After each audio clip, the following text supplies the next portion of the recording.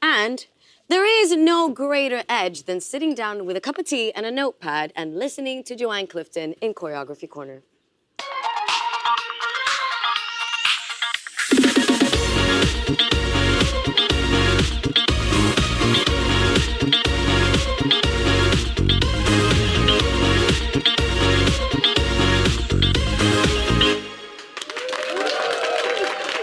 Clifton, everyone. I mean, I'm never going to get over that groove. It's a good little groove you've got going on there. All right, let's go straight in. We're going to kick things off tonight with Jimmy and Lauren. They did a cha-cha-cha. Now, Motzi wants Jimmy to work on his leg action, specifically knowing when to bend and when to straighten his knees. What advice would you give to him? What did you think of that? Well, the thing was, he came out and he was what they described more earthy cha-cha-cha, like a cube and it like into the My people, yeah, exactly, exactly. And normally, look at this thing. And normally, like, the judges would be really on that. They'd be like, no, you need to have straight legs in the cha-cha-cha. So I thought to myself, like, why did they like it so much? And it was because he's so natural at it. Yes. He's got such a natural feel. And because he was feeling it, we were feeling it. Exactly. However, he does need to work on, I know he's got rumba next week, so he needs to work on straightening them legs. So I don't think they'll let him get away with it a second time, especially in a check, say, where it's a step that you have to straighten the front and bend the back in order to then change direction. Yes. You need to show off them straight legs. So he's got to focus on those knees for this week. So. Yeah. All right, let's do now Alex and Johannes. They had a samba. Highest scoring dance of the night. Yeah. Impressive. But Craig felt it needed more tone and hip rotation, specifically in the voltas. Yeah. So what did you think? Well, let's have a look at the voltas here. They're coming up and here they are. So as you can see, the hips have kind of stopped a little bit here. Now, when we talk about the hip rotation, it can mean two things. And Craig, I think, was talking in this occasion about the figure eight, which we talked about last week, where basically it's forward and round and forward and round. And Shirley, a lot of the time, talks about it where it's literally like doing torsion, like turn and turn, but keeping the front of the body, the top of the body straight, which she did really well in like samba walks. I did want a little bit more like attack, a little bit more wow from her. So I think hopefully like next week we can have a little bit more like, a bit more oomph. Maybe more oomph then for the next week. Oomph. All right, Vicky and Kai, a foxtrot, beautiful foxtrot, it was I have to say. Anton had high praise for Vicky. Sharing the dearly departed Len would have loved her heel turn specifically. What did you make about the foxtrot? What did you have to say about it? Well, she did do some beautiful heel turns, which is basically where you step back, you close your feet, and you do a little turn as your partner steps around, and that was amazing. I just feel like she's such a natural dancer. She's so like, it's like a cozy, warm feeling watching her. You feel safe. We did have a good frame at the beginning, but it got lost halfway through the dance where we had the curves, but then she got in front of him. And I'll show you particularly where in demo time. A demo with you. So we're going to do a fall away with brother's favourite step. Let's do it in practice hold. Okay. And so we're going to go and 1, 2, 3, 4. Okay. Yes. So what Vicky was doing was changing her head too early. 1, 2, here. Oh, too much. So I'm in front. Yeah. Okay. If she could just stretch a little bit more and turn the head later. 1, 2, 3. Oh yes. 4. And then you can see there's a gap between our heads. Lucky man that got to dance with you. Okay, right.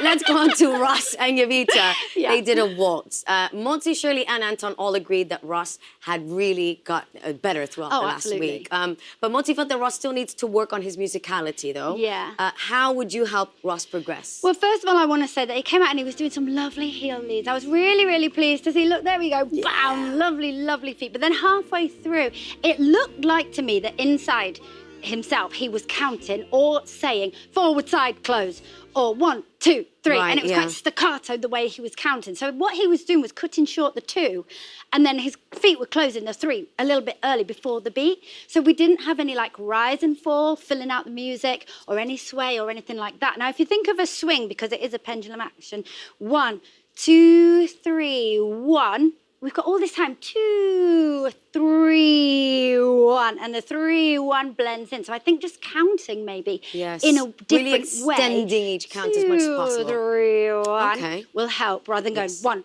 2, 3. Okay, let's go now to Karen and Carlos. They did a tango. Shirley complimented Karen's precision, but what stood out the most to you in this routine? I loved the stillness. There was some positions at the beginning of the routine where she was just really still, and it was a little bit like a horror film in a good way. In a good way. In a good way. You know when the music completely cuts out in a horror film and you're like in it and then bam, something happens. And that's exactly what she did. We were in the performance because she was so still. Now she does have the spine problem, but I have got a little cheat that we can maybe use. Okay. Now, I normally say the right hip hooked onto the belt of your partner. I'm going to say move over a little bit more. Okay, a little bit further over. We'll open up Carlos's right side as well. So we'll get it further over here, lift up the chin, and then together rotate. Have a little rotation. So the two of them rotating. Here rather than here, there, and then rotate.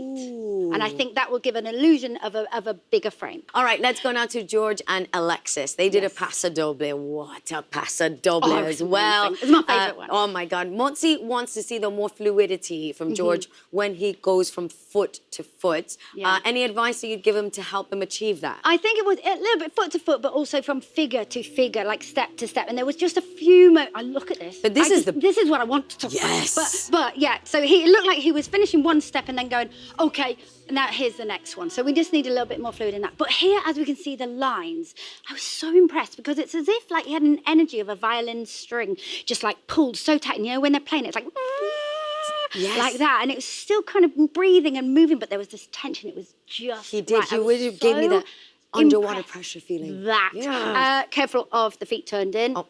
That's all. Turn them out. Okay.